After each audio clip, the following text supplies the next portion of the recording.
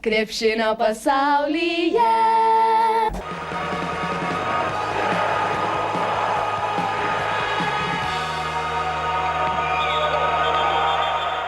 Krepšinio pasaulyje.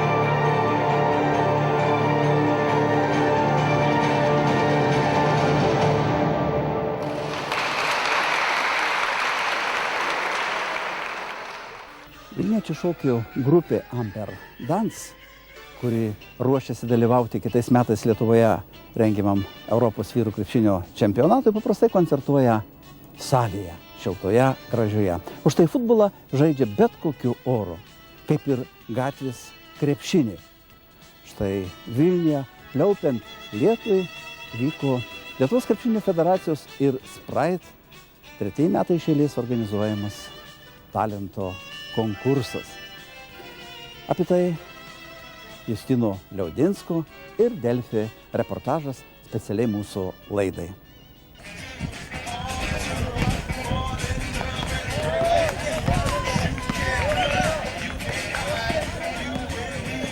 Penkios, 4, 3, 2, 1. Turnyras pritraukė daug ne tik pačių dalyvių, tačiau ir žiūrovų, nepaisant to, kad pliaupė lietus turnyro pabaigoje, tačiau susidomėjimas buvo tikrai didelis. Dalyvių iš viso buvo užsiregistravę 200 ir tai yra limitas. Jeigu nebūtų limito, turbūt būtų užsiregistravę nors ir 1000. Tačiau turime spėti turnyrą suorganizuoti per dieną, todėl limitas yra 200 ir turnyras prasidėjęs 10 valandą, baigėsi apie 6 valandą. Šio turnyro principas yra žaidimas 1-1 ir kaip daugelis krepšininko akcentuoja, žaidimas 1-1 yra kaip ir krepšinio pagrindas. Tad turnyras yra tikrai naudingas ir reikalingas jauniesiems krepšininkams. Šeštadienį Vilniuje buvo atvykę aplankyti legendinis krepšininkas, galima sakyti taip, gyva legenda, kadangi jau atsistatydinęs dėja Arvydas Macijauskas ir dar vienas krepšininkas praėjusį sezoną žaidęs Vilniaus Lietuvos Ryte, taip pat Martynas Gecevičius. Su krepšininkais truputėlį pabendravome, paklausiau Arvydo Macijausko, kaip karjerą baigusio krepšininko, kokia pergalė jam yra pati smagiausia, įsimintiniausia ir reikšmingiausia. Arvydas Macijauskas sakė, jog tai yra 2003 metais su Lietuvos rinktine iškovotas Europos auksas. Krepšininkai žaidė keletą konkursų su jaunaisiais krepšinio talentais, grūmėsi tritaškių metimų konkurse ir baudų metimų konkurse ir jie laimėjo pakaitomis. Vieną konkursą laimėjo Martynas Gecevičius su savo kompanionu, o kitus 2, jeigu neklystu, atrodo, 2 laimėjo Arvydas Macijauskas. Vaikinai yra aršūs ne tik krepšinio aikštelėje, tačiau jie mėgsta ir gyvenime vienas kitam įkasti. Tačiau įdomu pastebėti tai, jog aršesnės vis tik yra merginos krepšinio aikštelėje, kadangi jų yra, dalyvių kur kas mažiau, galbūt apie 20 ir dėl to turbūt merginos yra pasiruošusios gerklės perkast viena kitai ir, būna visko, žinokit, būna traumų. Pagrindinis prizas yra 17 000 litų vertės krepšininko stipendija ir, nežinau, ar anksčiau buvo tokios sąlygos, tarkim, to paties Arvydo Macijausko laikais, tačiau, tai yra tikrai puikus paskatinimas ir tramplinas jauniesiems krepšininkams į ateitį.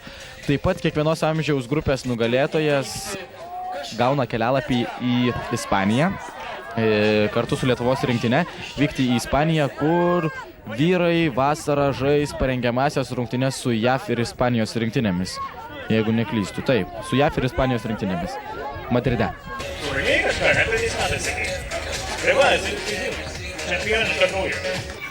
Toks šiandien gatvės krepšinis Vilniuje.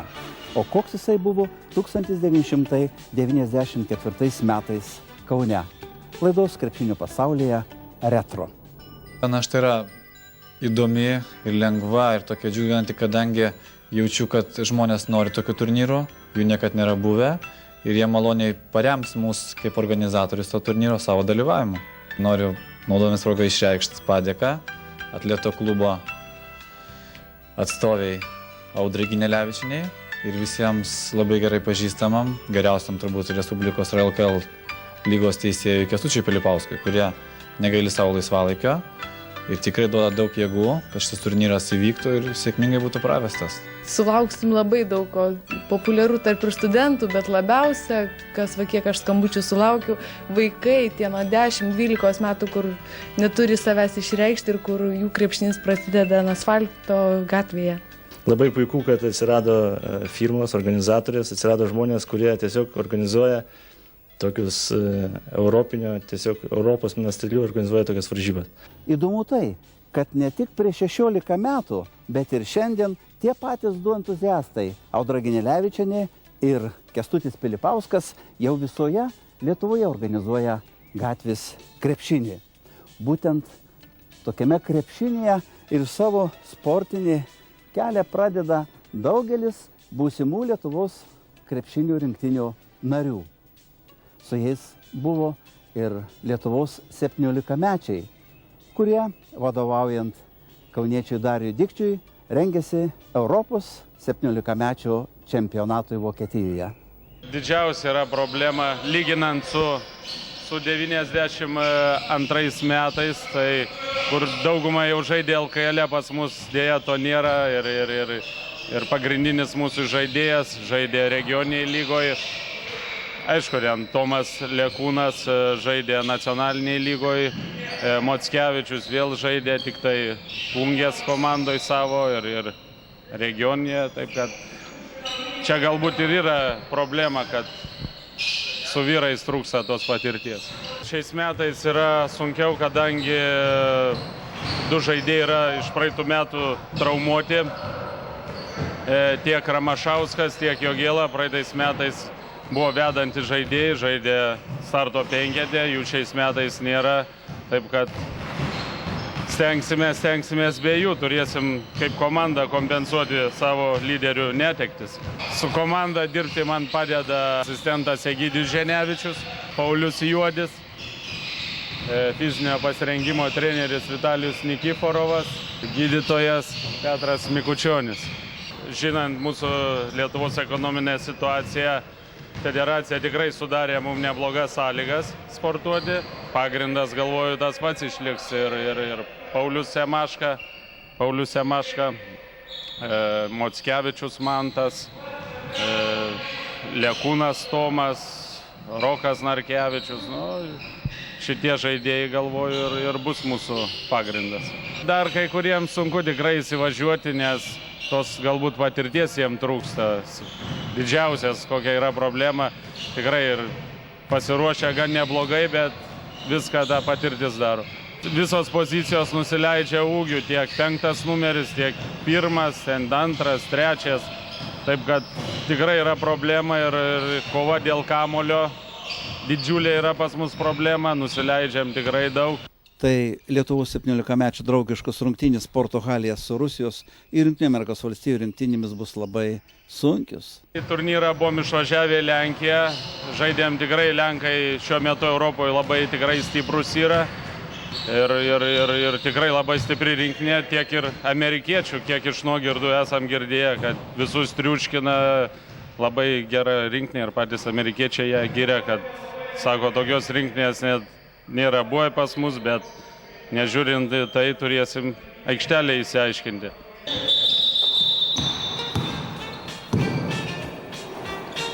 Nors Lietuvoje sunkmetis, tačiau Sport 1 televizija transliuos iš Kauno sporto halės mūsų 17-mečio rungtynes su amerikiečiais ir Rusijos krepšininkais. Ta pačia proga reikia pasakyti, kad Lietuvos krepšinio federacijai labai stinga lėšų, ypač Lietuvos vyrų krepšinio rinktiniai.